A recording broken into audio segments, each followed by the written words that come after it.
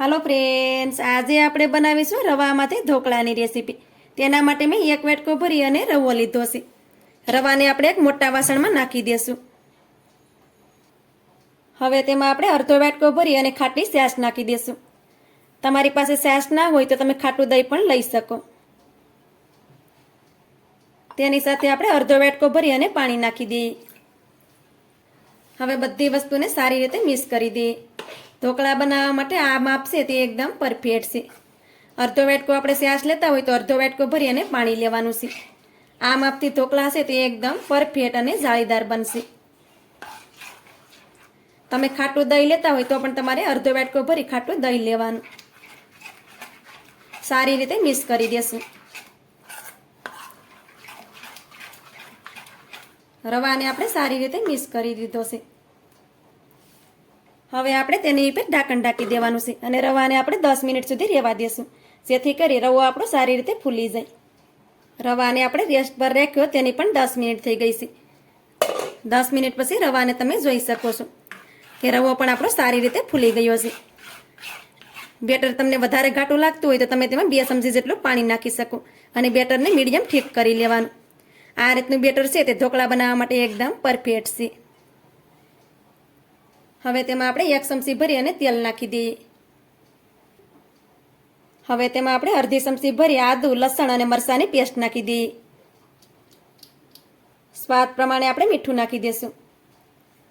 બધી વસ્તુને આપણે સારી રીતે મિક્સ કરી દેવાની છે.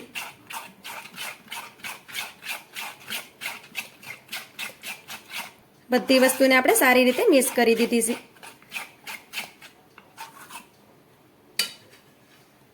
હવે આપણે ઢોકળાને સ્ટીમ કરવા માટે થાળી લીધી છે. થાળીમાં આપણે થોડુંક તેલ નાખી દઈશું અને થાળીને આપણે સારી રીતે ગ્રીસ કરી દઈશું. પાણી પણ આપણે પહેલાં જ ગરમ કરવા માટે રાખી દીધું છે. આ પ્રોસેસ આપણે પહેલાં કરવાની. થાળીને આપણે તેલથી સારી રીતે ગ્રીસ કરી દીધી છે. હવે તેને સાઈડ પર રાખીએ. હવે આપણે ઢોકળા ફૂલેલા બને તેના માટે આપણે તેમાં ઈનો નાખવાનો છે. તો આપણે તેમાં 1 પેકેટ ઈનો નાખી દઈશું. ઈનાને એક્ટિવેટ કરવા માટે આપણે તેમાં 1 ચમચી જેટલું પાણી નાખશું અને સારી રીતે મિક્સ કરી દઈએ. આ પ્રોસેસ છે તે આપણે ઝડપથી કરવાની, કેમ કે વધારે પડતું બેટર બહાર રહે તો આપણો ઈનાની ફ્લેવર છે તે નીકળી જતી હોય છે અને ઢોકળા છે તે ફૂલેલા નહીં બને. તો બધી વસ્તુને આપણે સારી રીતે મિક્સ કરી દીધી છે. હવે તેને આપણે થાળીમાં નાખી દઈએ.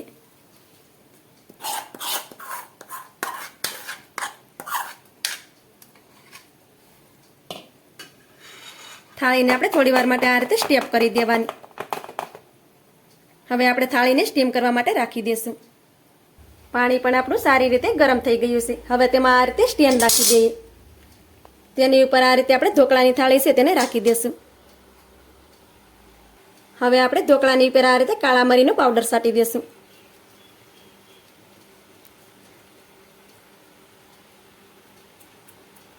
થોડુંક આપણે આ રીતે લાલ મરચું પાવડર નાખી દઈશું, જેનાથી ઢોકળા છે તે ખાવામાં એકદમ ટેસ્ટી લાગશે. હવે આપણે ઢોકળાની ઉપર આ રીતે મોટું વાસણ આવે તેને ઢાંકી દેવાનું. ઢોકળાને આપણે ફૂલ ગેસ રાખી અને 10 મિનિટ સુધી સ્ટીમ કરી લેશું. ઢોકળાને આપણે ફૂલ ગેસ ઉપર જ 10 મિનિટ માટે સ્ટીમ કરી લીધા છે. 10 મિનિટ થાય પછી ઢોકળાને આપણે શેક કરી લેવાના. તો ઢોકળાને તમે જોઈ શકો છો કે ઢોકળા પણ આપણે સારી રીતે ફૂલી ગયા છે. આ રીતે સાકું લઈ અને ઢોકળાને આપણે શેક કરી લેશું. તો તમે જોઈ શકો છો કે ઢોકળા આપણે બિલકુલ પણ કાચા નથી. ગેસની ફ્લેમને આપણે બંધ કરી દેવાની છે અને ઢોકળાને આપણે બહાર કાઢી લેશું. ઢોકળાને આપણે બહાર કાઢી લીધા છે. હવે ઢોકળામાં આપણે તડકો દેવાનો છે. તો તેના માટે આપણે તડકા પેન લીધું છે. હવે તેમાં આપણે અડધું પાવડું ભરી અને તેલ નાખી દઈએ. ગેસની ફ્લેમને આપણે ચાલુ કરી દઈએ અને તેલને પહેલાં ગરમ થવા દઈએ. તેલ સારી રીતે ગરમ થાય પછી તેમાં આપણે 1 ચમચી ભરી અને રાઈ નાખી દઈએ. 1 નાની ચમચી આપણે સફેદ તલ નાખી દઈએ. થોડાક આપણે મીઠા લીમડાના પાન નાખી દઈએ.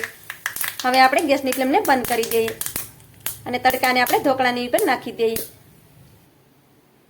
હવે આપણે તડકાને આ રીતે ઢોકળાની ઉપર નાખી દેવાનો છે. પછી તેને સારી રીતે આ રીતે ફેલાવી દેવાના છે. તમારે આમાં તીખા મરચાં નાખવા હોય તો પણ તમે નાખી શકો, પણ આપણે બેટરમાં તીખા મરચાંની પેસ્ટ નાખી હતી એટલે મેં આમાં વઘારમાં નથી નાખ્યા.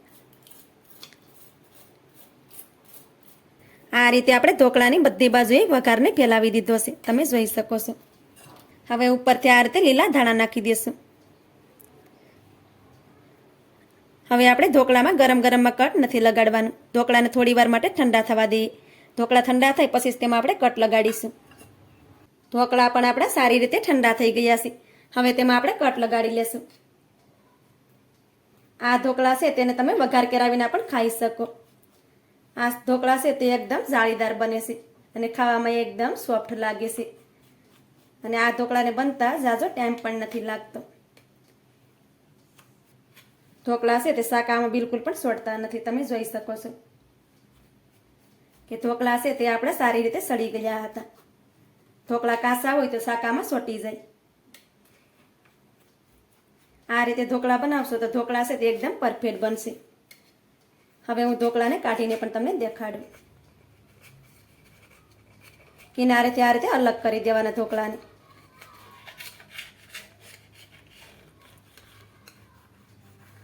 તો આ રીતે ઢોકળાને તમે જોઈ શકો છો કે ઢોકળા છે તે આસાનીથી નીકળી જાય છે, અને અંદરથી પણ ઢોકળાને તમે જોઈ શકો છો કે ઢોકળા છે એ એકદમ જાળીદાર બન્યા છે અને એકદમ પોસા રૂ જેવા બન્યા છે. આ રીતે ઢોકળા બનાવશો તો ઢોકળા છે તે એકદમ પરફેક્ટ અને પોસા રૂ જેવા બનશે અને એકદમ જાળીદાર બનશે. ખાવામાં તો એટલા ટેસ્ટી લાગે છે. તો આ રીતે ઢોકળા તમે પણ ચોક્કસથી બનાવજો. તમારી આજની રેસીપી તમને સારી લાગી હોય તો લાઈક કરી કોમેન્ટ કરી દેજો. ચેનલ પર નવા હોય તો ચેનલને સબસ્ક્રાઈબ કરવાનું ભૂલતા નહીં. તો મળીએ એક આવી જ નવી રેસીપીની સાથે. ત્યાં સુધી બધાને જય માતાજી.